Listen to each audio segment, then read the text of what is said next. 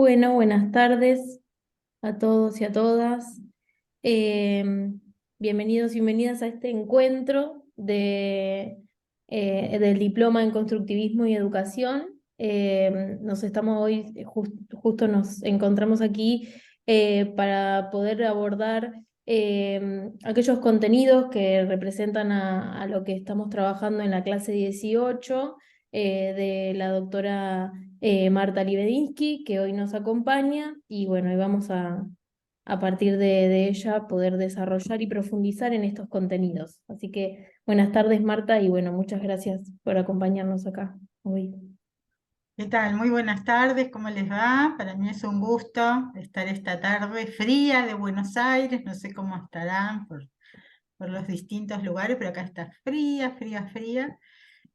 Bueno, pero charlar un poquito de un tema apasionante y muy actual, que es esta idea, ¿no? Y esta metáfora de los repertorios didácticos para dar clase. Muchas de las estrategias y las propuestas que voy a presentar hoy, desde ya se pueden hacer también muchas en la presencialidad, en aulas físicas, eh, o en escuelas, o en instituciones educativas, o fuera de las escuelas también. Pero bueno, vamos a poner un poquito el foco en los ambientes virtuales de aprendizaje, si les parece. Entonces voy a ir haciendo la charla, después por supuesto van a tener acceso a esta presentación porque tiene links, entonces hay cosas que simplemente las voy a mencionar y si ustedes quieren después van a poder entrar y recorrer algunos otros materiales. Y bueno, y vamos a dejar un espacio después para preguntas, así que gracias Fiorella, gracias Daniela, y aquí estamos. Este es un libro que se publicó en el 2021, que se llama Guía Urgente para Enseñar en Aulas Virtuales. Bueno, con esta idea de recuperar algunas estrategias, algunas propuestas en un formato pequeño, breve. Es un libro cortito, que se hizo cortito a propósito, pero intentando difundir algunas ideas, ¿no? De cómo enseñar. A veces tengo la impresión de que hay gente que no conoce estrategias, o sea, que conoce muy poco, y ese problema de esa falta de conocimiento hace que no las implementan no porque no quieren, sino porque no las conocen. La verdad que cada vez veo más esta situación, entonces me parece que una buena tarea que podemos hacer los docentes es divulgar, es digamos, contribuir a dominar un cierto lenguaje respecto de las estrategias de enseñanza, y después también mostrar experiencias, ¿no? Relatar, contar, y por supuesto la parte más creativa, que es diseñar nuevas experiencias, nuevas situaciones para los estudiantes. Este libro, cortito, chiquito, porque es una guía, viene acompañado de un podcast, que ustedes, esto era lo que les decía, que después podrán escuchar, y donde se mencionan, bueno, algunas de estas de cosas que vamos a decir hoy y otras que no, porque es parte de la conversación con una periodista excelente que es Leila Messinger, una conversación súper agradable, muy hermosa y muy divertida, y bueno, y quedó este podcast, eh, bueno, que a mí me sigue gustando. Vieron que a veces pasa el tiempo y a uno hay cosas que hizo que no le gustan más. Bueno, pero esta es una de las que pasa el tiempo, pero me sigue gustando. Y, esto va tan mal. Hay cosas que hice antes que no me gustan, pero esta me parece que está buena. Bueno, y vamos a arrancar un poquito con esta idea de por qué esto del repertorio, ¿no? Y viendo dónde pongo esto. Hay en el campo de la didáctica, hay siempre metáforas, ¿no? Circulando. A mí y a mucha gente, ¿no? Nos gustan las metáforas, ¿no? Como que las metáforas son formas de expresar mucho contenido con pocas palabras o con ideas. Un autor que vamos a mencionar en un rato, que es Philip Jackson, decía: la diferencia entre una teoría formal, completa, que yo, y una buena metáfora Es una línea muy fina, ¿no? La que separa eso. A veces una buena metáfora, bueno, ya que estamos, la metáfora de la construcción, ¿no? En cuanto a las teorías del aprender y el enseñar, el constructivismo, montó todo un mundo, ¿no? De teorías, de corrientes, de ideas alrededor de esta idea tan fuerte de que el conocimiento se construye, ¿no? Que el conocimiento no se absorbe como creían en otros momentos, ¿no? Que éramos esponjas las personas que absorbíamos conocimiento, sino que hay procesos de construcción, procesos que se andamian, ¿no? Decía Bruna. Así que bueno, hay respecto de la enseñanza y del currículum, aparece José Jimeno Sacristán ya hace unos años diciendo que bueno, que el currículum, respecto del currículum, no es que el currículum, dice él, es una partitura, ¿no? Una partitura puede tener distintas formas de interpretación. Si ustedes buscan el feliz cumpleaños, van a encontrar montones de versiones. Todas salen de lo que conocemos como el feliz cumpleaños, pero según sean los estilos, los artistas y demás, van a encontrar interpretaciones muy distintas. Y eso es lo que nos pasa con los docentes. O sea, hay un diseño curricular, hay unos contenidos mínimos, hay unos planes de estudio, se trata de unificar al interior de las instituciones o de los países o de las ciudades o de las provincias, lo que fuera, de unificar lo que se enseña y lo que se aprende, pero si tomamos la metáfora de la partitura, podemos entender de que esa partitura puede ser reinterpretada, ejecutada de manera diferente. Y eso es lo que hacemos los docentes. Los docentes no somos, ven ahí hay un señor con un organito, es una foto de hace poco, en una plaza, ¿no? Que le da vuelta a la manijita y lo dice Jimena Sacristán. Nosotros no somos, los docentes no somos las personas que le damos vuelta a la manijita solamente, sino que hacemos interpretaciones, reinterpretaciones, recreaciones de aquello que vamos a enseñar. Por eso es tan importante cómo enseñamos, con qué enseñamos, dónde enseñamos, ¿no? Con qué recursos, en qué lugares, en qué espacios. Y de algún modo, respecto de las estrategias de enseñanza, vamos construyendo y ahí aparece otra metáfora, que es la metáfora del repertorio, ¿no? Los artistas, un cantante o una compañía de teatro tienen un cierto repertorio, o sea, yo no puedo manejar todas las estrategias que existen, pues son montones, cada vez hay más, por suerte, sino que voy haciendo una selección de estrategias en función de un montón de cosas, de mi grupo de estudiantes, de mi capacidad, de las ganas que tengo de arriesgarme, ¿no? El grado de audacia que en determinado momento tengo, de lo que siento que da resultado, en fin. Pero eso es como tener esta idea del repertorio, ¿no? Que dado un tema específico, a veces lo enseño con una estrategia, a veces lo enseño con otra, a veces si son equipos docentes, que eso es ideal, ¿no? Cuando se hace codocencia, enseñamos con otros, viene alguien y dice, no, no, yo me animo, vos no te preocupes, vamos a cambiar la estrategia este año a ver qué pasa, y me animo a hacer esta otra cosa. Entonces, bueno, este es el mundo de las metáforas, pensar el currículum como una partitura, pensar que no somos los que le damos la manija al organito y pensar que vamos construyendo estos repertorios. En un libro que es súper interesante de David Perkins, que se llama El aprendizaje pleno, él hablaba de un problema, ¿no? De la enseñanza que él lo llama elementitis y acerquitis, ¿no? Como si fuera una irritación, una enfermedad, por eso le pone litis, ¿no? Entonces, él llama la atención sobre esto, que muchas veces en las instituciones educativas, por una parte, se dan los elementos que van a permitir después comprender no sé qué cosa, y todo se dilata, ¿no? En una promesa y nunca se sale de esos elementos que van a permitir hacer no sé qué cosa. Ese es un problema que él lo llama elementitis, ¿no? Estamos viendo los elementos básicos y después yo te prometo que vas a poder.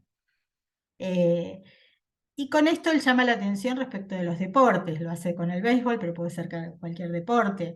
A ningún joven que va a una escuelita de fútbol le dicen primero vamos a entrenar, no sé qué, y después vas a jugar el partido, sino que rápidamente hay un partido que se monta, limitado, con recaudos, más chiquito, más cortito y demás, pero se sale a la cancha, ¿no? Se sale a meter las manos en la masa y no hay esa promesa de que no, primero vamos a hacer estos ejercicios, estas cosas. Y la otra advertencia que hace Perkins es esto de que muchas veces, en vez de aprender a hacer las cosas, como esto, a jugar el partido de fútbol, a hacer la torta aunque me salga mal, si estoy haciendo un curso de repostería, estamos hablando acerca de las cosas y no le metemos las manos en la masa, ¿no? Entonces, y eso es un problema, porque es tenerle miedo a la práctica o como docentes no saber de qué manera acotar, hacer lo que Perkins llama versiones de principiantes, no tanto para aprender como para que los estudiantes hagan desempeños, ¿no? Y esto es un problema, ¿no? Yo creo que en los dos casos todos habremos tenido experiencias similares, cuando nos enseñan los elementos para hacer determinadas cosas y cuando se habla sobre las cosas o se aprende acerca de esa cosa, pero no sé, se aprende, se lee la historia, pero no nos animamos a hacer cosas que hace un historiador, ¿no? Las cosas que hace realmente en la vida real. Bueno, y en lo que refiere a las aulas virtuales, acá hay otra idea creo que es interesante, que es la idea de pensar esas aulas virtuales como unos ambientes, ¿no? Como si fuera un departamento, ¿no? Un departamento de un ambiente donde pongo los cuadros, el luminoso, no es luminoso, dónde ubico los objetos, dónde se va a sentar la gente. Y cada vez más hay personas pensando de qué forma estos ambientes son más agradables, más coloridos, ¿no? Vieron que cuando nos cambian en un ambiente virtual a veces las cosas del lugar después ya no las encontramos, porque nos habituamos como si fuera en casa, a que automáticamente tengo ciertas rutinas y agarro la silla, pongo cosas, cuando cambian y el reloj lo pusieron arriba y no sé qué, yo soy la primera que entro en pánico y digo, ¿dónde están los participantes que no lo encuentro? ¿Dónde están los textos? Bueno, porque evidentemente esa arquitectura, esa disposición de esos elementos nos permite manejarnos con confianza, ¿no? Y con familiaridad. Y cuando nos mueven a veces todo de lugar, ahí entramos en problemas, ¿no? De cómo se construyen estos ambientes virtuales. En relación con esto, todos sabemos que la enseñanza virtual, ¿no? se realiza en principio de dos maneras, o pueden ser encuentros sincrónicos, como el que estamos viviendo ahora, o sea, en tiempo real, ¿no? Donde nos encontramos cada uno está en otro espacio, pero estamos todos reunidos en este espacio virtual, ¿no? Y en un momento determinado, en un horario. Por lo tanto, esto nos lleva a pensar distintas características para el armado de estos encuentros. Esta es una exposición, hay quien hace tutorías de grupos pequeños, o sesiones de consultas, o paneles con invitados. Bueno, la variación es bastante amplia, o hace encuestas, o divide en grupitos, ¿no? De Zoom o de Meet para que los grupos hagan no sé qué cosa y después se vuelvan a reunir. Y por otra parte está todo lo que es asincrónico, todo lo que los estudiantes y los docentes hacemos en tiempo diferido, o sea que cada uno a su tiempo va contestando, ¿no? Un foro, una consigna, y eso se extiende en un tiempo más largo, ¿no? Que puede ser una semana, que pueden ser 3 días. Y eso es muy interesante. Lo que ha sucedido con las actividades asincrónicas es que nos dan más tiempo para pensar. Esto es así. Entonces, muchas veces una misma consigna, al menos en mi experiencia, si la doy con un grupo presencial, la producción es de más bajo nivel porque lo tienen que resolver en, qué sé yo, en 20 minutos o en 15 minutos yo. Y cuando se hace en un entorno virtual asincrónico, como hay más tiempo para pensar, para averiguar, ¿no? Para reflexionar, entiendo yo que la producción es más linda, es más interesante. Y lo mismo que la devolución o el feedback entre grupos, entre pares. Así que en este mundo nos movemos. Quizás en un tiempo más haya un holograma que salte de la pantalla y ustedes lo tengan revoloteando por ahí. Todo puede suceder. Estamos ante el fenómeno de la inteligencia artificial, el ChatGPT, que nos vino a mover un poco el piso a todos, así que esto también produce veremos cómo evoluciona. Y bueno, y lo interesante es pensar en variaciones que uno puede introducir tanto en aquellas propuestas sincrónicas como en aquellas propuestas asincrónicas, cómo articularlas, cómo lograr de que no se vean como dos mundos separados, y en la medida en que se pueda trabajar estas ideas de codocencia, de enseñar con otros, que es tan interesante. Para las instituciones es más costoso porque, bueno, son dos personas que están trabajando en un aula con un mismo grupo, pero creo que vamos a camino a ciertas transformaciones respecto de esto, porque bien sabemos, o al menos a mí me gusta mucho más enseñar con otro que enseñar solita, ¿no? Yo lo valoro un montón y he tenido muy buenas experiencias.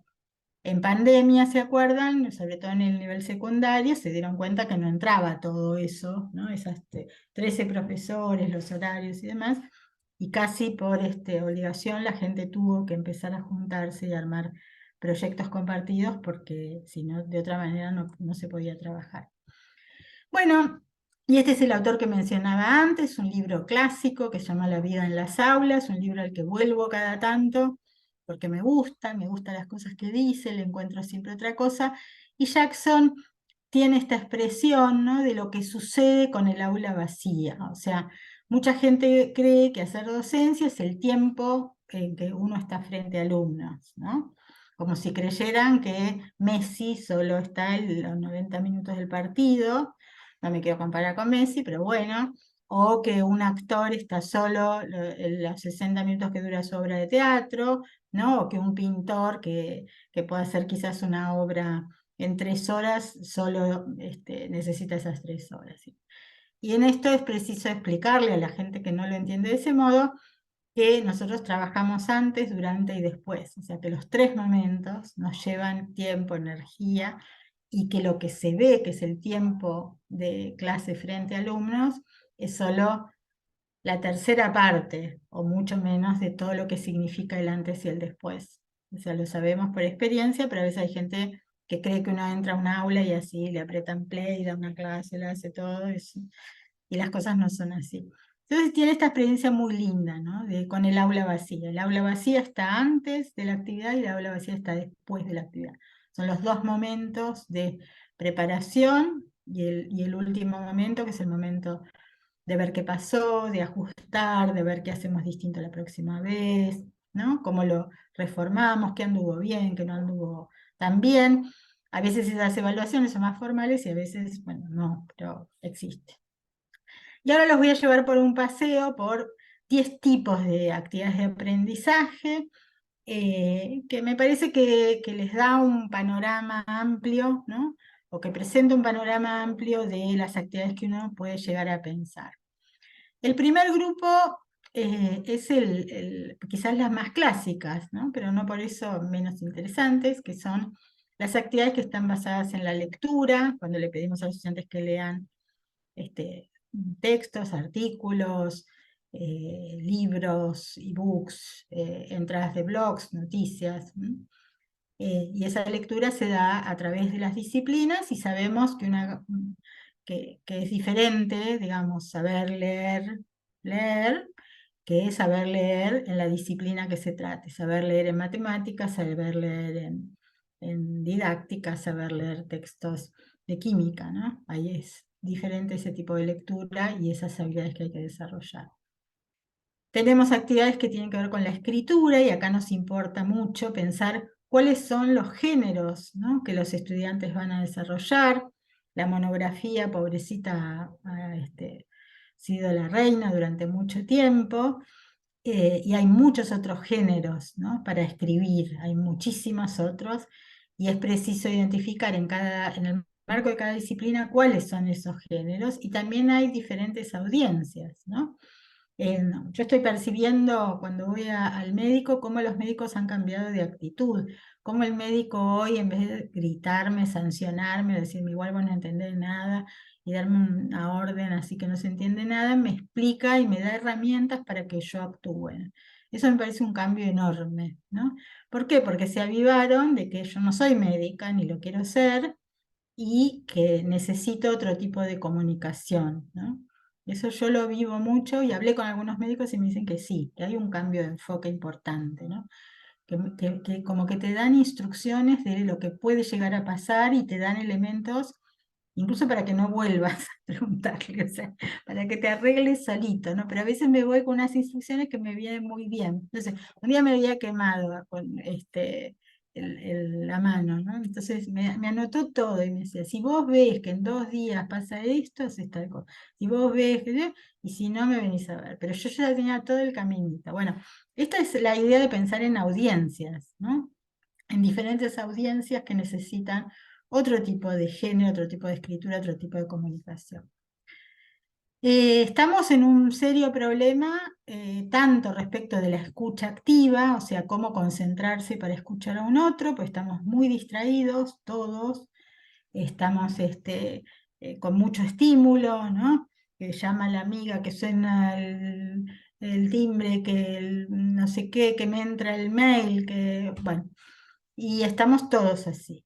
Entonces hay un problema que tenemos que resolver, que es el de, bueno, lograr de que los estudiantes puedan escuchar de manera activa y a la vez de esa escucha puedan aprender, bueno, a desarrollar la oralidad, ¿no? Desde cómo hablar otra vez ante diferentes audiencias, ¿no? Cómo plantarse, no en la vieja lección oral, pero sí cómo plantarse, ¿no? Y explicar algo, leer algo bien leído, exponer, ¿no? Ante distintas audiencias, y creo que es una actividad que se puede hacer también online. Respecto de la lectura, esta es una rutina de pensamiento que a mí me gusta mucho y que se puede usar con cualquier tipo de texto, que está adaptada de este otro texto que ahí tienen el link, que tiene 4 momentos. Dice, ¿qué dice el texto?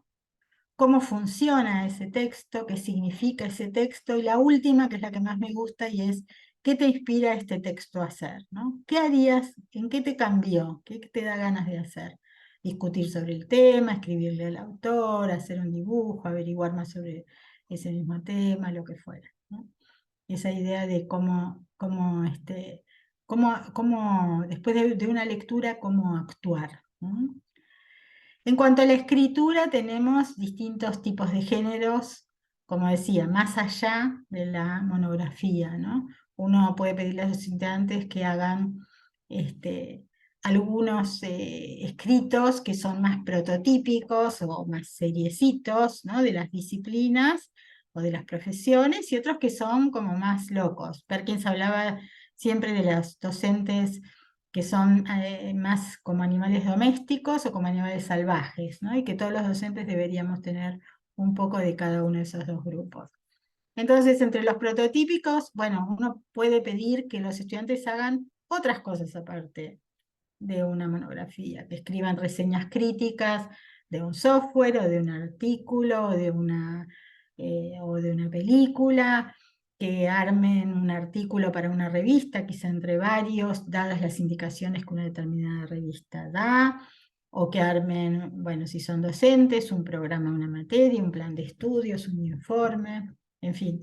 Tratar de buscar distintos tipos de géneros que, por supuesto, condigan con el contenido que uno está enseñando. Y después estas cosas un poco más locas, ¿no? Escribir un cuento de terror, o escribir un cuento de hadas, o armar avisos publicitarios, o escribir guiones para videitos de TikTok, o escribir el guión de una fotonovela, o la letra de una canción, en fin. Respecto de las clases magistrales, hay gente que directamente ya decretó que no sirven, que no sirven para nada, pero bueno, que no ayudan, que la gente no escucha, que no se aprenden. A mí personalmente me gusta darlas, me gusta eh, recibirlas, digamos, me gusta escuchar clases magistrales de profesores, pero es cierto que a veces hay que pensar en qué ingredientes ponerle a esas clases magistrales, ¿no? Entonces, cuando hicimos un relevamiento de los elementos, como de los componentes que tienen, encontramos esto, que hay clases que tienen anécdotas o que tienen humor, que se alterna entre descripciones, explicaciones, interpretaciones, ampliaciones, que se improvisa, ¿no? O que se muestra cómo funciona alguna cosa, o hay alguna referencia a la actualidad, o se cuentan algunos cuentos en primera persona, o se leen, a veces también es lindo leer algunos fragmentos, o conectar con las artes. En fin, el mensaje es que a veces damos por muerta la clase magistral y en realidad lo que no pensamos es cómo renovarla, ayornarla, agregarle elementos y quizás sí acortarla un poco por este tema de la falta de paciencia y de la falta de concentración. Y aquí viene algo que encontré mientras hacía mi tesis de doctorado. Hay un diccionario de pedagogía de Ferdinand Buisson, un diccionario que está en la web, en el archive.org. No sé si conocen el sitio, que hay cosas viejas muy lindas. Si les gustan las cosas viejas, ahí hay un montón, abiertas para la gente. Y entonces buscando en ese diccionario, cuando buscaba definiciones para mi tesis, me apareció esta definición que me encantó, y es que la anécdota tenía una entrada dentro de este diccionario de pedagogía. Estamos, miren, en 1887 y lo que dice es un diccionario que compila Wisson y que las entradas las hacen distintos especialistas, ¿no?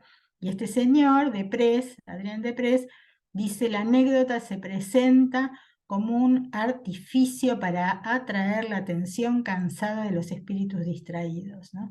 Si ya en 1887 había espíritus distraídos, ni les cuento ahora, ¿no?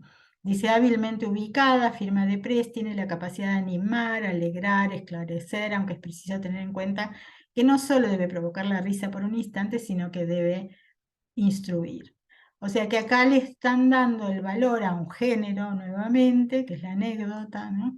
Como un elemento, ahí está marcado donde la encontré, que es un elemento importante dentro de la enseñanza. Si a partir de ahora le empiezan a prestar atención a algunas charlas, algunas clases, van a encontrar que hay profesores que tienen como un repertorio de anécdotas, ¿no? Que a veces repiten, pero que cumplen su función. Bueno, y después de eso, entonces un día dije: tengo que escribir un artículo sobre esto, y entonces la gente de la revista Signos de Educación a Distancia de la Universidad de El Salvador me dijo: ¿querés escribir para la revista un artículo? Bueno, y ahí salió la anécdota, cómo enseñar a espíritus distraídos, que es la expresión que usa Adrián Deprez, ¿no? Así que esto después lo pueden leer sobre el valor de la anécdota.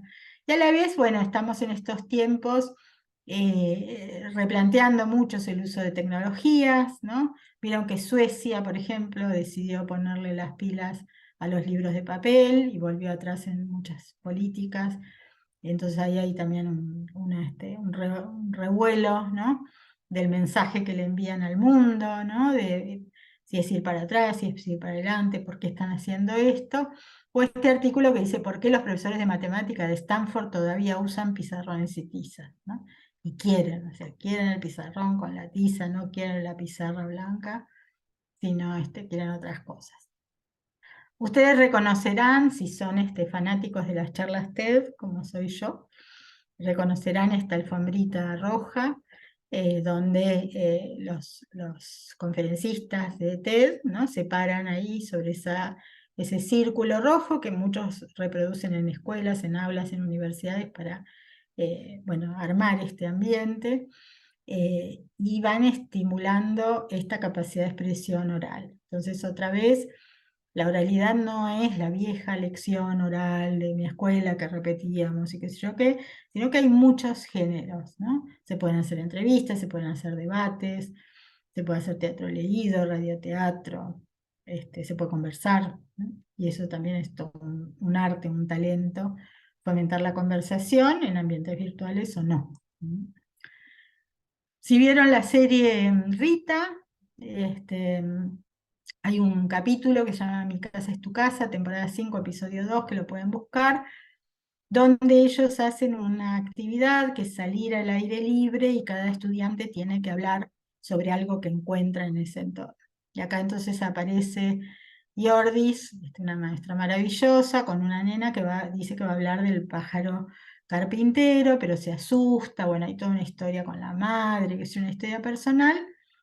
Y lo que hace Yordis es, como la nena no se anima a hablar ante público, le da vergüenza, aparentemente hay un tema con la madre también, entonces la ayuda inventándole esto, la, la capa, una capa de la genialidad, dice, le pone un sombrero y le da como un bastón para que ella se sienta empoderada, digamos, ¿no? Y dice, quiere un gorro para recordar porque tiene miedo de olvidarse lo que quiere decir, tiene una capa para protegerse porque se intimida, ¿no? Porque todos le están mirando, y tiene un bastón de la sabiduría, que posee la sabiduría porque le da miedo decir algo que no esté bien.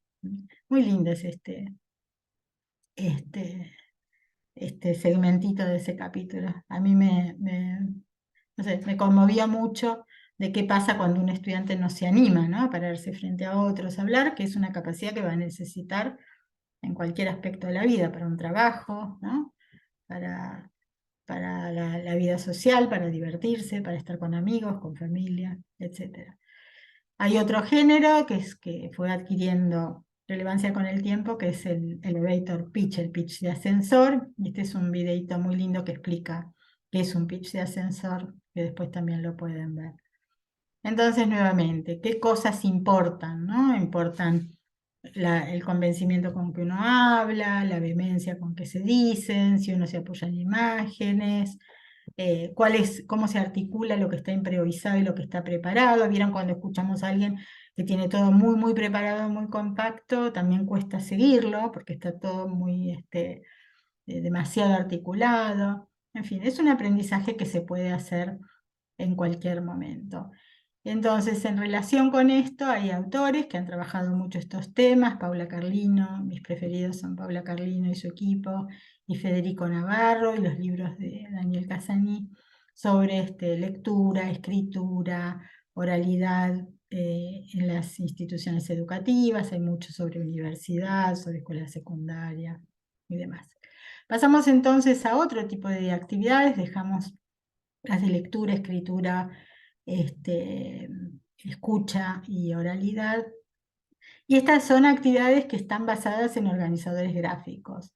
Hay cualquier cantidad de organizadores gráficos. Yo armé estos 3 tableros que voy completando con el tiempo sobre distintos tipos de organizadores gráficos. En principio estas que se llaman las figuritas o siluetas de esquemas, como este que ven acá, que es un ejemplo de una serie de Según Roxy, que retrata distintos tipos de mamis, y nosotros lo hacemos con tipos de estudiantes, o sea, los futuros docentes retratan los estudiantes que ellos se imaginan, y le ponen qué creen que piensan, qué objetos llevan, cómo se visten, qué próximos pasos van a dar, digamos, armamos consignas alrededor de estos dibujos.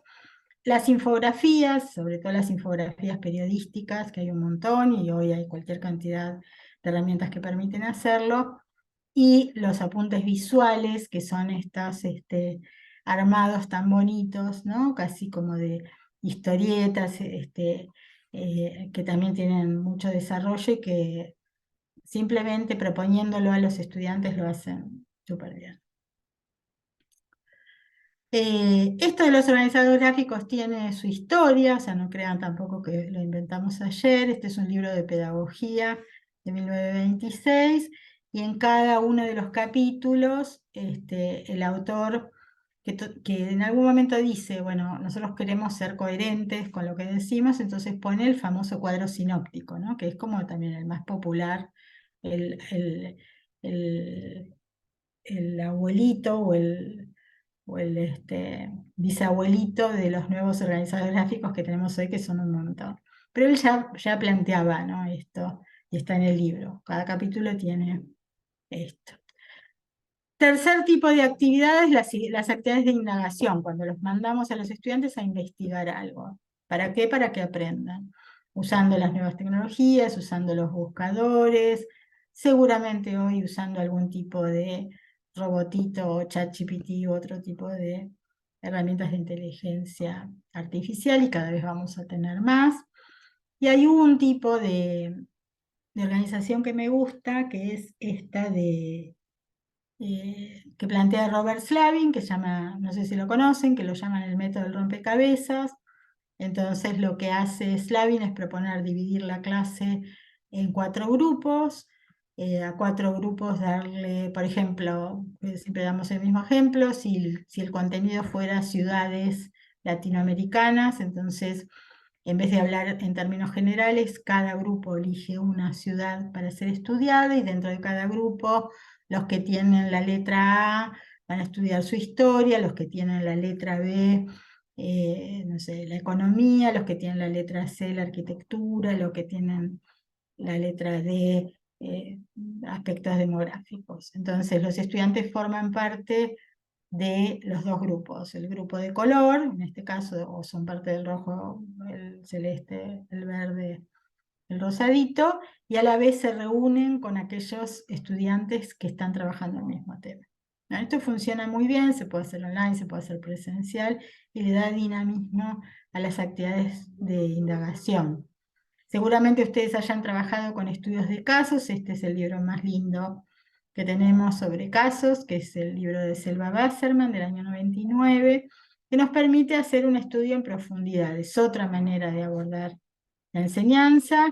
Un caso de estudio es un objeto, es una cosa. Para los arquitectos pueden ser edificios emblemáticos, para los docentes podrán ser escuelas importantes, no sé, la escuela de la señorita Olga, u otro tipo de escuela que se destaque por alguna cosa en particular, o proyectos, ¿no?, que han calado hondo.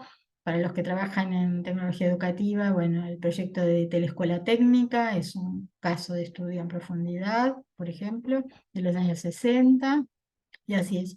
Otro abordaje completamente diferente y otra entrada a la indagación, ¿no? Acá hay algunos ejemplos de casos. No sé si conocen el libro de Frutillas de Lucía Gorricho, que es una persona de Mar del Plata. Bueno, en la materia didáctica lo usamos para ver la cuestión de evaluación, porque es un caso particular que ella relata. Gente de geografía dicen que trabajan como caso el terremoto de San Francisco. En las artes, el Cirque du Soleil se constituye en caso. Bueno, y así hay distintos casos, ¿no? Unidades de estudio que cambian el abordaje del aprendizaje de la enseñanza. Y lo que hace el caso es esto, como si fuera que estoy recortando una masa. El caso es lo que está en el corazón, pero también importa el contexto, o sea, lo que está alrededor, ¿no?, de ese caso. No sé, el día que nevó en Buenos Aires, por ejemplo, el 9 de julio del 2007, es un caso de estudio, ¿no? ¿Por qué nevó y por qué antes no nevó, u otros días que haya nevado? Con los casos de estudio tenemos los casos de estudio únicos, como estos que mencionamos, que se estudia algo en profundidad, o los casos de estudios, los casos múltiples comparados, cuando comparo, por ejemplo, 3 cosas, 3 unidades, 3 leyes, ¿no? Ley 1420 de Educación, Ley Federal de Educación, Ley Nacional de Educación. Unidades, 3 elementos para ser comparados, ¿no? El tema es elegir bien, ¿no?, qué es lo que uno va a comparar. Y este espacio que me encanta es un espacio en la web que se llama Wonderópolis, que justamente apela a la curiosidad de las personas. Si ustedes se registran, es un espacio pensado para familias. Reciben en su cuenta de email todos los días una pregunta, y un material hermoso que lo acompaña, está muy bien hecho, ¿no?, con la idea de esto, de despertar la curiosidad, ¿no?, y dar las ganas de aprender, y también pensar de que todos los días uno puede aprender algo nuevo. Y lo que es interesante para nosotros los docentes es ver cómo ellos formulan las preguntas. Hay preguntas que son muy comunes, digamos, no tienen una formulación muy particular, pero hay otras que vean que están muy bien formuladas, ¿no?, y que a uno lo inquieta. ¿Por qué los países tienen fronteras? cómo vuela un globo aerostático, por qué las bananas no tienen semillas, por qué hay pilas de diferentes tamaños, por qué el agua del océano es salada, ¿no? ¿Por qué nos volvemos canosos? ¿Por qué se arruga la ropa? ¿Por qué hay 7 días en una semana? ¿Por qué se arruga la piel cuando estamos mucho tiempo en el agua? ¿Por qué cambian las hojas de color en otoño? En fin. Esto es, yo les recomiendo que lo recorran, que si quieren se registren.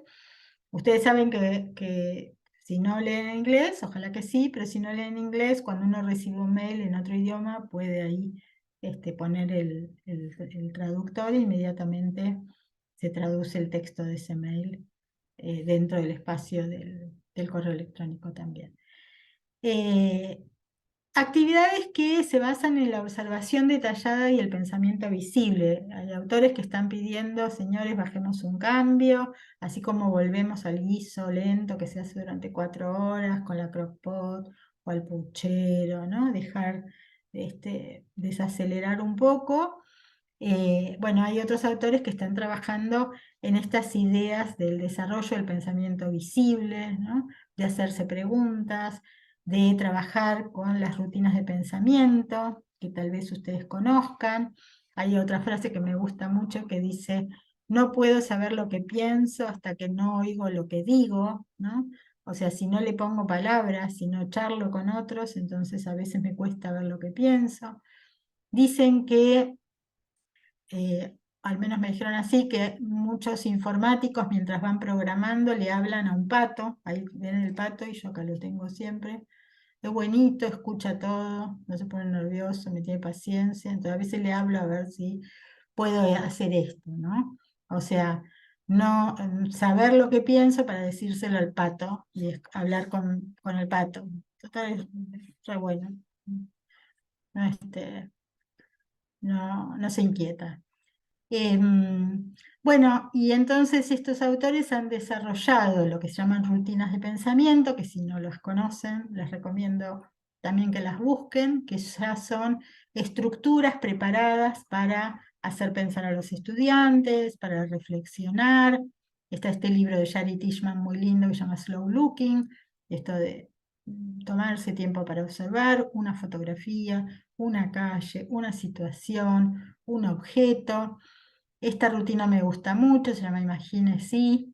Entonces acá se trata de elegir un objeto y hacerse preguntas. Estos son dos objetos que me gustan mucho. Uno es un MP3 para nadar en el agua, son mis objetos preferidos, y el otro es este que se corta así, la manzana o la pera, ¿no? Y entonces, bueno, hacerse preguntas sobre esos objetos, que pueden ser estos o reemplazarlos por otros, ¿no?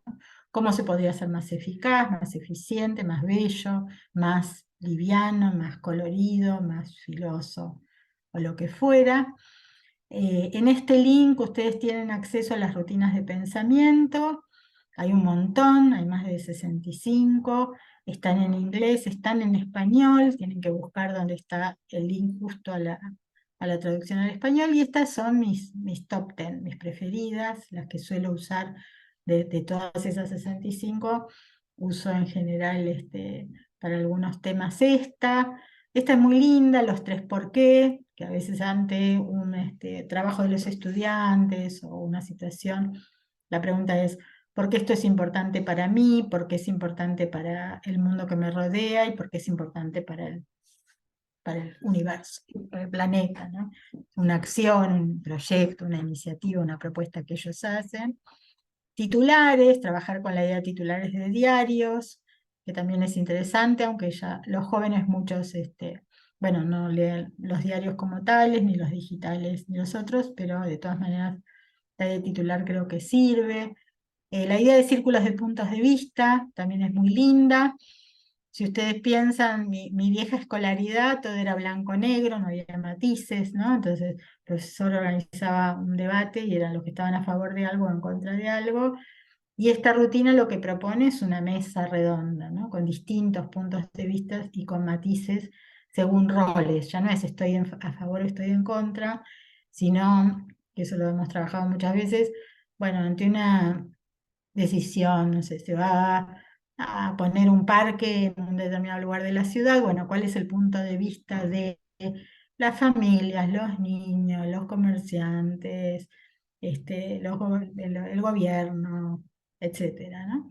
Sí, está más esta idea de mesa redonda y de puntos de vista. Así que bueno, creo que es muy lindo explorar las rutinas, tal vez ustedes encuentran otras que les vengan bien, pero que ayudan a esta idea de la reflexión. Esta que es muy simple, sirve un montón, antes pensaba, ahora pienso, antes de terminar una clase cualquiera, ticket de salida, chiquitito, rapidito, sirve un montón también para pensar. Hay otras rutinas que son, que sirven mucho para esto, para analizar, por ejemplo, cuadros. A mí me gusta mucho Albert Anker, un pintor suizo. Este es un cuadro que se llama El examen escolar. Y acá hay una rutina muy simple que es qué veo, qué pienso, qué veo, qué pienso, qué me pregunto respecto a esto que veo.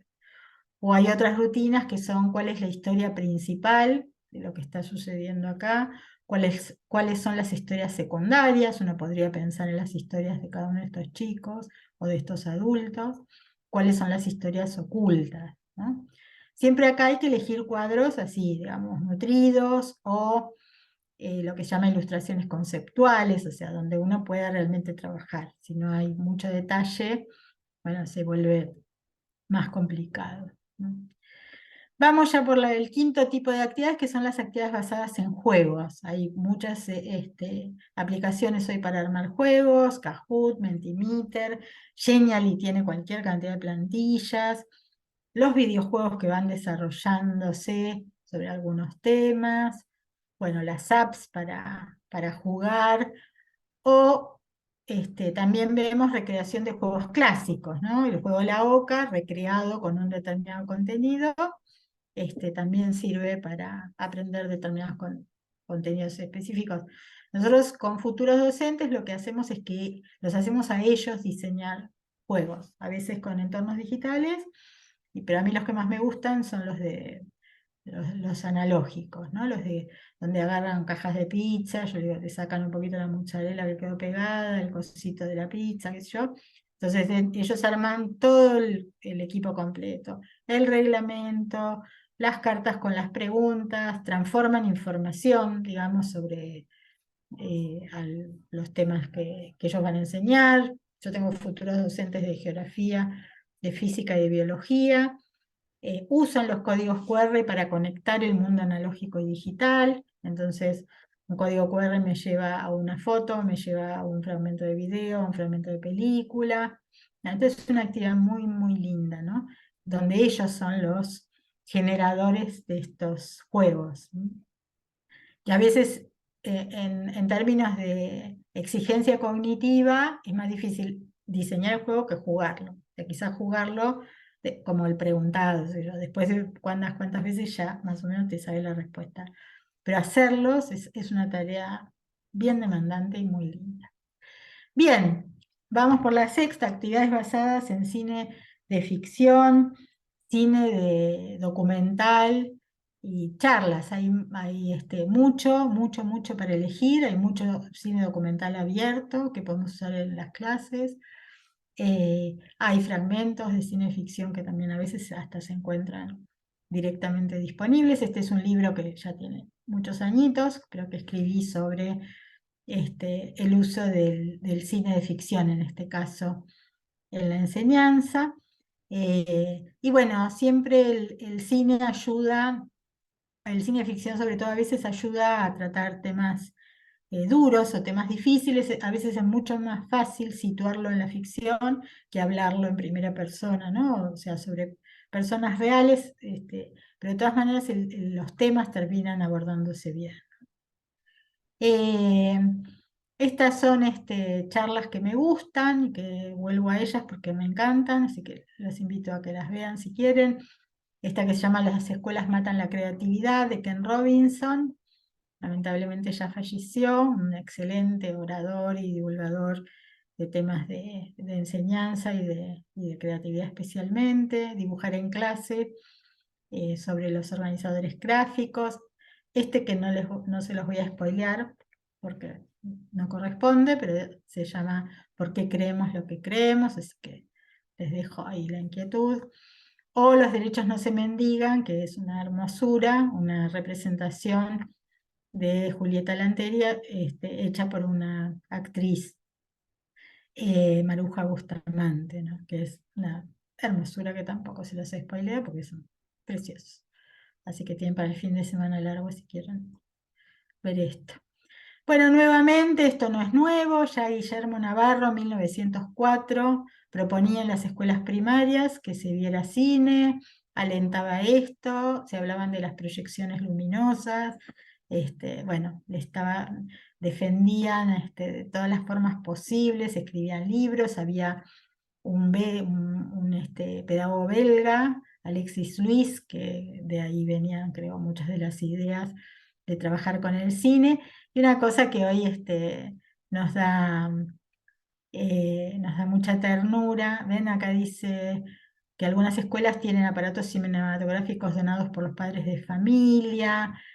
Bueno, que lo llamaban las excursiones simuladas. O sea, vamos a simular una excursión, imaginen, era una peliculita que te mostraba las cataratas, qué sé yo, y para ellos era eso, era una excursión simulada, ¿no? Hoy si no canta, baila la pantalla, te marea, no sé qué, nosotros no nos conformamos, pero lo llamaban así, ¿no? Las excursiones simuladas, lo llamaban ellos. Y hablaban, ¿no? Y de las bondades, qué sé yo, que es muy lindo. Hay un mini documentalito que los invito a ver también, que es la historia de las excursiones escolares en la ciudad de Buenos Aires, el aprendizaje fuera del aula, que es un derivado de mi tesis de doctorado en educación sobre la estrategia de enseñanza, el origen de la estrategia de enseñanza, que son las excursiones escolares en la ciudad de Buenos Aires en particular, ¿no? Que empezaron también, para el que cree que está muy moderno, la primera se hizo en 1896, o sea, era una maestra que los llevó a la biblioteca del maestro, que no estaba donde está hoy, en la ciudad de Buenos Aires, sino que estaba enfrente de la Plaza Lavalle. Entonces cuentan que fueron a la biblioteca, que les mostraron los libros, que le mostraron la Gaceta de Mariano Moreno, y que después fueron a jugar a la plaza, qué sé yo. Así que esa es la primera que yo encontré, por ahí hay otras, pero en 1896 sepan que ella, una maestra, cuando alguien dice, ¡ay, tengo una idea, vamos a hacerlo salir! Bueno, sepan que esto ya sucedía desde entonces. Bien, vamos por las 7 y ya falta menos, actividades basadas en sucesos de actualidad. Esto también es lo que los autores lo llaman ahora el currículum de oportunidad, ¿no? Cosas que suceden en la realidad y que a mí me sirven para enseñar. Y esta frase tan bonita que es: la noticia de ayer puede ser la clase de mañana. O sea, vean que nos estamos dejando un día para preparar. O sea, la noticia de hace 10 minutos no puede ser la clase dentro de una hora, porque soy un docente ser humano y necesito tiempo, pero sí que la noticia de ayer puede ser la clase de mañana. Y acá viene todo el trabajo con efemérides, que hay tantas y que las redes sociales las toman día a día, o estos recordatorios, un día como hoy, hace 50 años, hace 100 años, ¿no? O algo que pasa, bueno, la pandemia, no hablemos, ¿no? De todo lo que generó, y junto a este currículum de oportunidad lo que se llama el currículum emergente, o sea, las cosas que los estudiantes a veces quieren aprender a partir de esto, ¿no? Hay archivos, un día como hoy hace 100 años, entonces este es un archivo francés que te muestra las tapas de hace 100 años, un día como hoy. Bien, actividades por fuera de las aulas virtuales, o sea, muchas veces no es, no necesariamente uno tiene que inventar todo, sino que tiene que encontrarlo, ¿no? O sea, tiene que encontrar dónde hay una charla, dónde hay una disertación, dónde hay una presentación de un libro online. Hay cualquier cantidad de cosas buenísimas, excelentes. Hay vivos en Instagram, hay congresos online, gratuitos, jornadas híbridas, en fin, una cantidad de actividades que ahí lo que sí requiere es estar alerta para integrarlos en la enseñanza o saber cuándo se van a hacer o inscribir a los grupos de estudiantes, pero esto perfectamente puede, no es necesario hacerlo, sino que simplemente acompañar a los estudiantes para vivir la experiencia. Vamos por la 9, que va por estas ideas de basta de monografías y pensar proponerles a los estudiantes que elaboren cosas, objetos, artefactos, llámenlo como ustedes quieran. Y entonces este tablero es un tablero que recorre muchos de estos géneros. Que los estudiantes hagan un episodio de podcast o que escriban un manifiesto de vanguardia, para eso tienen que entender que es un manifiesto, o que armen una falsa conversación en WhatsApp, o un cuento de ficción, o estos juegos, como les decía, que hacen mis estudiantes. Ensayos fotográficos es muy lindo también, trabajamos muchas veces. En fin, pensar que a través de ese género, de esa producción, van a aprender, como dice el lema de John Dewey, ¿no? Aprender haciendo, y también mientras hacen van a aprender y van a demostrar comprensión o van a demostrar que están aprendiendo. Yo tengo estudiantes de posgrado que me dicen, nunca hice una tesis de maestría. Y yo le digo, ¿y cuántas vas a hacer? Una. Pues yo, hay gente que hace dos, pero es así, vas a hacer, nunca lo hiciste, ahora lo vas a hacer. O sea, es la primera vez, me dicen por ahí, que escribo un cuento de ficción sobre unas pantallas de bici. De ese modo pasa esto, uno demuestra que está aprendiendo, tiene un desafío en particular, y tiene que pensar también las características de ese género en particular que está realizando para escaparse de la monografía. Cuando los estudiantes hacen estas cosas, por ejemplo, cuando hacen un ensayo fotográfico, yo digo siempre esto, o sea, los ensayos fotográficos seguramente van a ser diferentes, pero todos tienen que ser un ensayo fotográfico, o sea, cumplir con ciertas características. Uno va a ser más pobrecito, ¿no? Como la chocotorta, así más chiquitita, otro le va a poner frutillitas, el otro le va a poner merenguitos, el otro lo hace todo prolijito. Lo peor que nos puede pasar es que, yo digo, que nosotros hayamos pedido chocotorta y los estudiantes entreguen ñoquis a la boloñesa, o sea, que no hayan entendido la consigna o el género de lo que se está pidiendo. Entonces, eso es como una pesadilla así que uno tiene cuando ve un trabajo y dice, ¿qué pasó acá, no? Porque lo que sí es exitoso es esto, es la chocotorta. Uno más lindo, otro más bonito, uno le puso una cosa, el otro le puso la otra, y ese es un caso exitoso. Pero tienen que haber entendido qué es chocotorta, cuáles son los ingredientes, cuáles son los pasos, cómo se tiene que hacer, cómo luce una chocotorta, ¿no? Cómo se ve eso. Así que esto es importante. Y finalmente, unas actividades que agrupamos así como miscelánea, como otras, que en las aulas virtuales siempre aparecen, ¿no? Actividades para romper el hielo, para presentarse, a veces un tipo de actividades transversales que se puede ir haciendo día a día, o actividades de segundo orden, cuando se da una consigna y después viene el momento de reflexión sobre eso que se hizo. Y hay, por supuesto, actividades de cierre. Siempre los docentes, ¿no? En algún momento hacemos alguna cosa para, para cerrar. Sí es importante pensar cómo en este repertorio nosotros formulamos las consignas. Hay gente que ha estudiado mucho el tema, ¿no? Cómo se formula una consigna. Hoy con el tema del ChatGPT hay un auge de las prompts, de cómo se le pide al ChatGPT, ¿vieron cómo se le da estas instrucciones para que devuelva eso que se pide? Bueno, los docentes lo hacemos desde que el mundo es mundo, que es darle consignas a los estudiantes para que hagan cosas, algunos con más éxito, otros dan consignas más confusas, pero lo cierto es que es un tema, ¿no? Y es un tema pensar cuáles son los componentes de una consigna. Nosotros hicimos un relevamiento también con un grupo de colegas de cuáles son todos estos ingredientes o elementos que tiene una consigna. Una consigna no tiene todos estos elementos, pero sí tiene algunos. A veces dice para qué, se le dan las acciones o los pasos, o le decimos con qué recurso, con qué texto, en cuánto tiempo, qué es lo que tienen que hacer, en qué espacio, qué sé yo qué.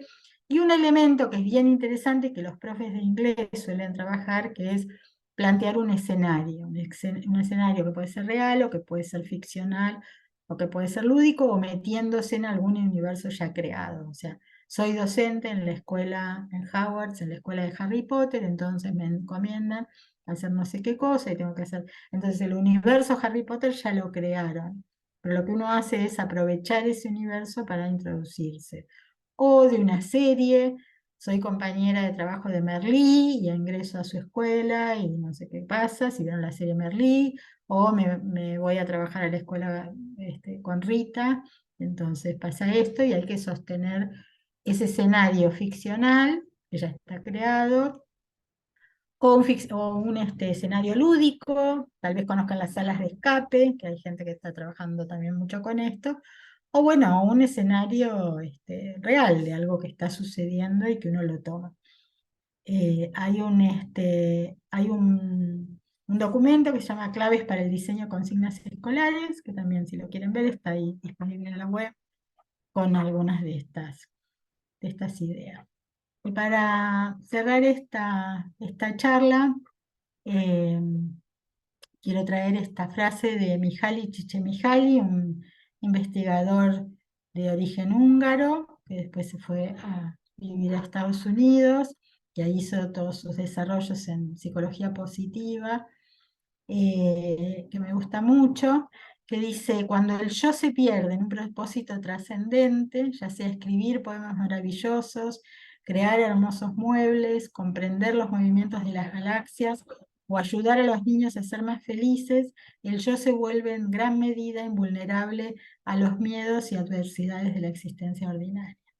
O sea, lo que hace Mihaly Csikszentmihalyi es hablar y generar un concepto, que es el concepto de flow, ¿no? Este concepto de inmersión que lo tenemos cuando algo nos interesa mucho, ¿no?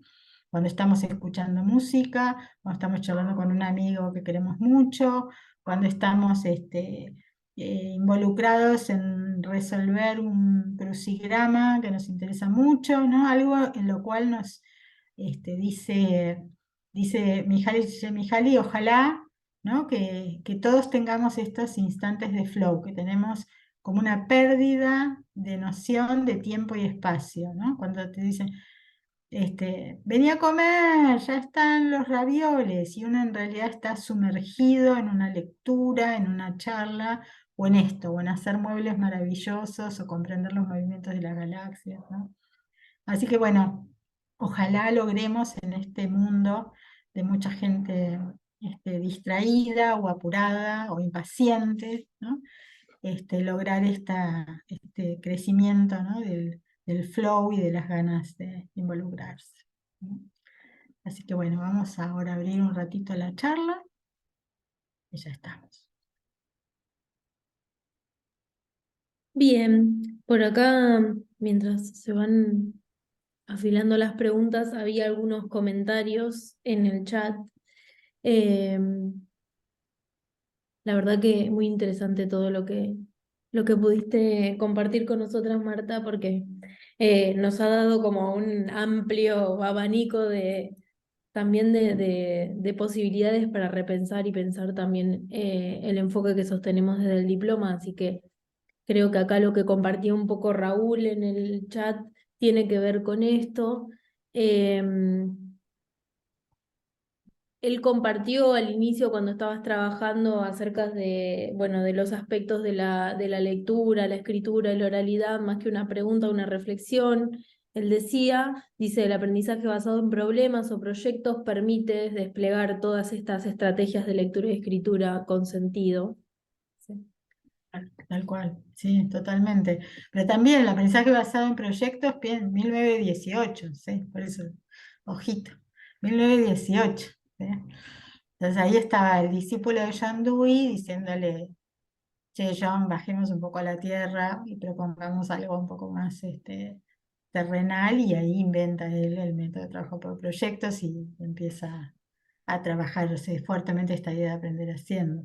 Así que hay que buscar los orígenes, pero es una realidad, el aprendizaje basado en proyectos lleva mucho tiempo, hay que manejar la metodología, toma mucho tiempo.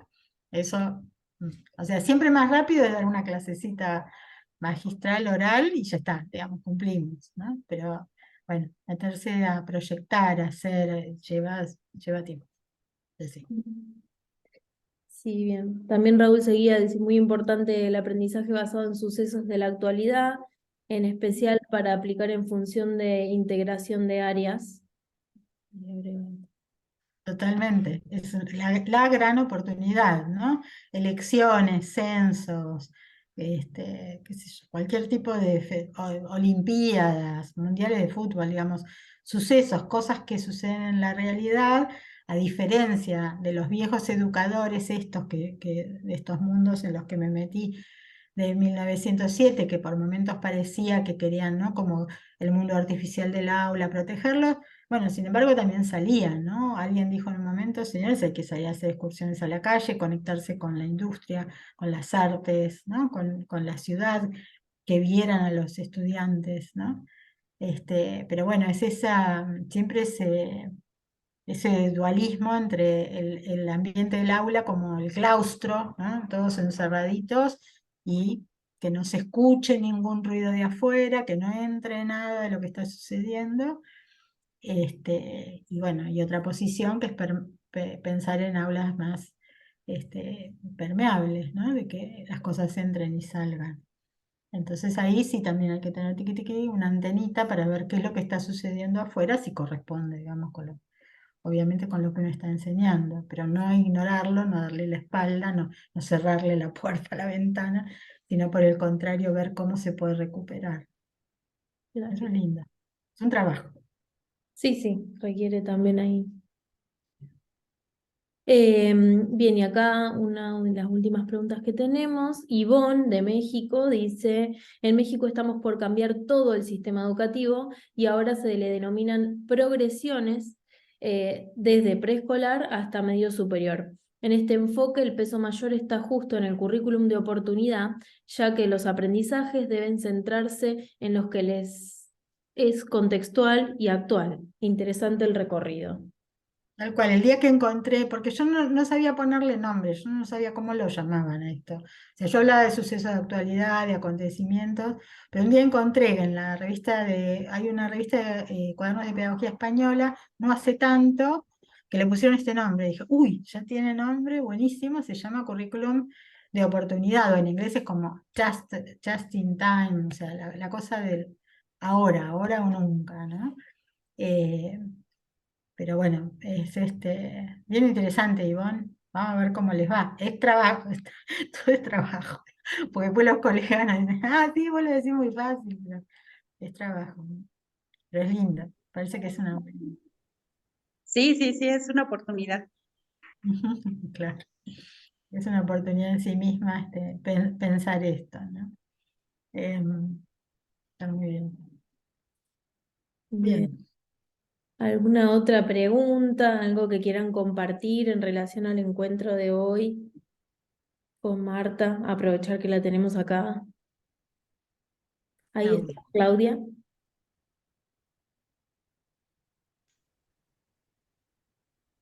Activa el... Ahí está.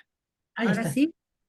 Sí. No, quería, a raíz de lo que Marta, encantada Marta de conocerte, este, quería contar, hoy estaba corrigiendo el trabajo de una alumna, mis alumnos son personas grandes, son de posgrado, y sucedió que, bueno, algunos hicieron los trabajos solos, otros hicieron los trabajos en grupo, y esta chica había empezado a hacer un trabajo con la idea de compartirlo con otra persona, pero después se dieron cuenta que tenían miradas diferentes sobre el trabajo, entonces ella quedó sola. No solo que quedó sola, son todas personas que trabajan para el Estado, en presidencia, ministerios, o sea que por ahí tienen viajes o tienen que ir a eventos, situaciones que no pueden evitar, porque va el presidente y tiene que ir. Entonces, eh, me causó una buenísima impresión que ella, al no tener compañeros, eh, yo trabajo todo lo que sean las actividades que tienen que ver con las metodologías ágiles, ¿no? Todo lo que es visual thinking, design thinking, todo eso. Entonces, tenía que hacer un trabajo y bueno, obviamente necesitaba los otros 7 compañeros de la mesa del sprint. Y usó al chat GPT de Ah, compañero. Ella sola, no, sí. no. ¿Y cómo le fue? Le fue bárbaro, porque aparte le salió un trabajo excelente, porque lo que yo enseño fundamentalmente es empatía con las personas, porque todo lo que sea la experiencia de usuario y la experiencia de interfaz son todas cosas que tienen que ver si a mí me resulta fácil mi teléfono o me resulta incómodo, etc. Y ella lo hizo, el trabajo sobre el control remoto del televisor, y entonces, bueno, había preguntas que las hacía ella y preguntas que las hacía el chat. El chat, obviamente, lo que no tiene, lo que hablamos todos que nos dedicamos a esto, es la parte de empatía, ¿no es cierto? Entonces ella le agregaba la empatía, la parte humana la ponía ella, el chat hacía las preguntas de, bueno, ¿y si los botones son más grandes? ¿O si es táctil? O, bueno, espectacular. Quería comentarlo porque, bueno, por ahí para Excelente. muchos docentes es un fantasma. eh, yo tengo un hijo que ahora se tenía que ir de viaje y tenía que terminar una cosa para su posgrado y me dijo, no, porque una parte la hago con el chat pero ¿cómo vas a hacer una parte con el chat? Le dije yo, no, porque tengo otro que es para ver si tengo mucho chat. Y entonces me dice si me pasé de rosca y el otro me nivela todo. O sea, me parecía mágico, ¿no? Pero cuando me pasó esto hoy con esta alumna corrigiéndolo, realmente me pareció fantástica su idea, de bueno, me quedé sola, tengo un amigo invisible, o sea, tengo al No, chat, no, hizo porque compañía, hizo dupla con el chat GPT. lo que me Muy contó. bueno, no, bueno, estas cosas van a ir apareciendo cada vez más y hay que estar Sí, sí, alerta y veremos cómo deriva, cómo funciona, ¿no? Pero ya el otro claro, día escuchaba a un colega que decía, qué sé yo, también tenemos cuando escribimos, todos usamos el corrector ortográfico, le pedimos sinónimos, o sea, ya estamos haciendo hace rato algunas cositas, o qué sé yo a los estudiantes les digo, por favor, pasale el corrector ortográfico antes de entregar. Ni siquiera le digo, sabé las reglas ortográficas, le digo, pasáselo para que yo lo vea lindo, nada más. O sea, ya no me preocupa si sabe o no sabe, sino que lo haga, ¿no? Entonces, bueno, este es una aproximación en chiquitito a lo que ya hacemos, ¿no? Que es esto, pasar el corrector ortográfico, decir, me das un sinónimo de tal cosa, buenísimo, lo tomo, ¿no? Con el botón derecho del mouse. Pero bueno, dicen que estamos viendo solamente un pedacito de todo lo que se va a venir al respecto, o en qué medida se van a ir integrando estas tecnologías, hay que ver para esto, para qué sirven. El otro día un profesor también decía, yo lo uso para armar mails para mis estudiantes, ya no los escribo yo, se lo pido al ChatGPT y eso ya es estándar, digamos, corto y pego, qué sé yo. Bueno, vamos a ver. Después vieron cómo es el péndulo que se va para un lado y para el otro. Después se va a valorar un montón algo hecho por un ser humano, ¿no? Yo digo, un robotito en el aula, yo divino que me lo traigan como robotina, ¿se acuerdan de los supersónicos? Que venga, yo tengo un montón de tarea para darle. Que me abra la ventana, que me cierre la Es ventana. divina. Y conteste 30 veces, ¿cuándo es el primer parcial, profe? ¿Cuándo es el segundo? ¿Qué me borra el pizarrón? Yo tengo un montón de tareas para el robot. Ahora, que me hagan holograma a mí me da como cosa. O sea, que me hagan holograma y que por la puerta del aula ya no entre yo, sino el holograma, me da una cosita, ¿no?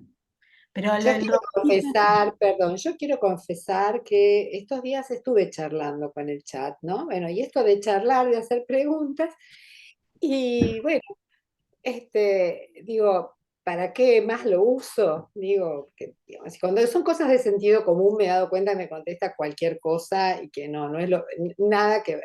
Cuando son cosas puntuales, teóricas, las contesta bien, pero a mí, digamos, eso por ahí no me sirve. Lo que me sirve es decir, bueno, antes usaba el diccionario de sinónimos, ¿sí?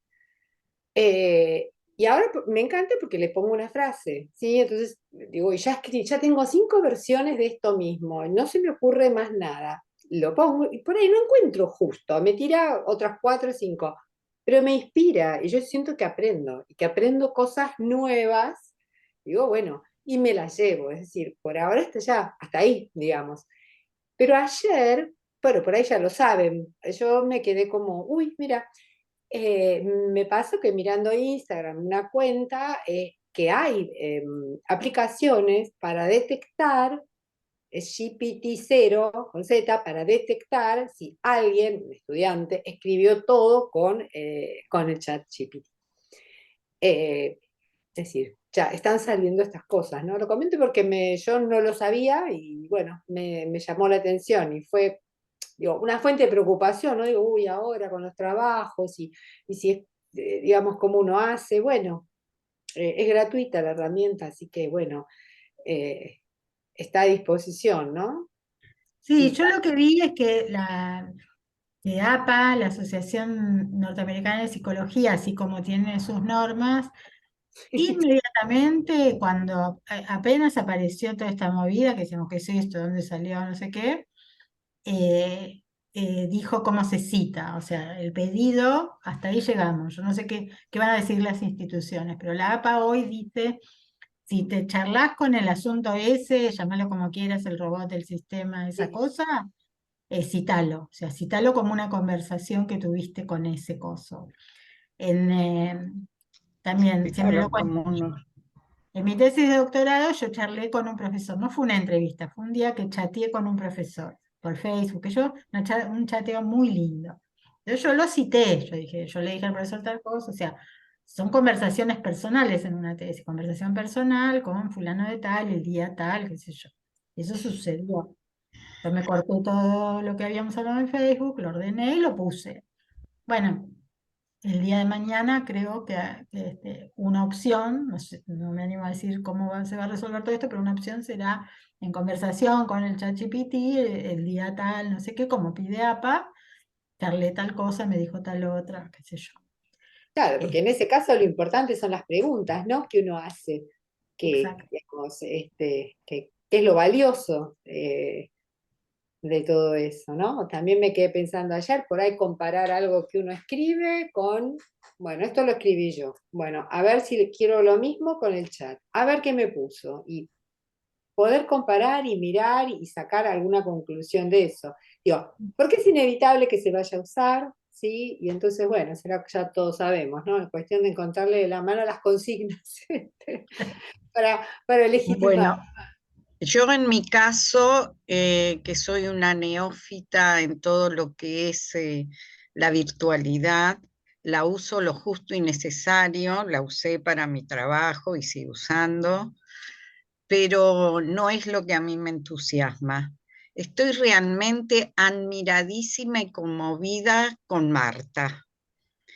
Haber hecho este camino de estas pequeñas grandes cosas que se hacen en la escuela, como lo obvio, como lo que no se ve y no se sabe hacer, y son las cosas cotidianas de la vida y de la historia escolar, a mí me conmueve.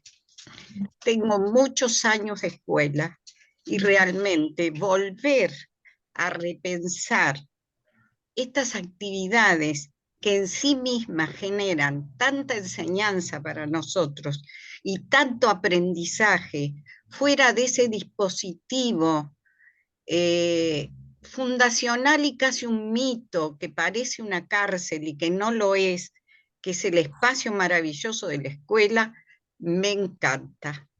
Gracias, Marta. No, muchas gracias, me emociona. Gracias. Es Gracias que a vos. Marta es una catarata de ideas.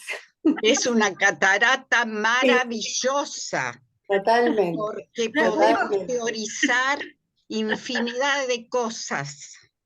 soy Sí, Puedo sacar coleccionista. mi biblioteca entera, Marta, Creo te que es puedo eso, que me gusta asegurar.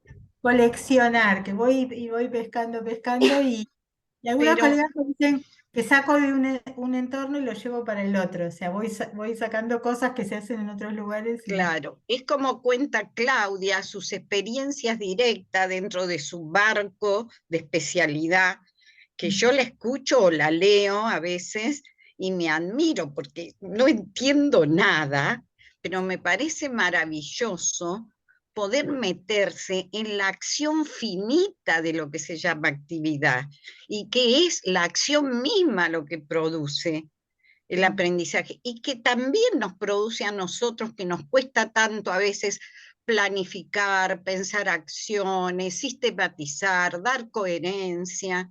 Ay, estoy fascinada, Marta, gracias. Ay, muchas Me gracias, tengo que muchas ir, gracias. gracias. Con Gracias, estas chicas. cosas les digo, hay que bancarse los estudiantes cuando fruncen la nariz así, ¿no? O sea, hay Sí, que explicar a veces una consigna 5 veces, 6 veces. Ahí la llaman a Robotina para que la vuelva a explicar. Porque a veces ponen cara de esto, de, ay, pero yo nunca hice. Bueno, ahora claro, claro, esta va a ser tu primera vez, ahora te vas a enterar de cómo se hace, ¿no? así es. Entonces, Bueno, gracias, muchas no, gracias. gracias a vos, placer. Marti, Bueno, nos chicas, vas a compartir, perdón, nos vas a sí, compartir la sí, presentación, ¿verdad? Así sí, la sí. podemos subir. Sí, ya Este, mismo, ahora muchas gracias. Sí, ahora sí. se las mando por mail y ya se puede compartir. Sí, así pueden, si tienen ganas, pueden ir viendo los videitos y esto que acá no íbamos a tomar este tiempo para eso. Así Perfecto, que eso. perfecto. Bueno, nadie más quiere consultar nada.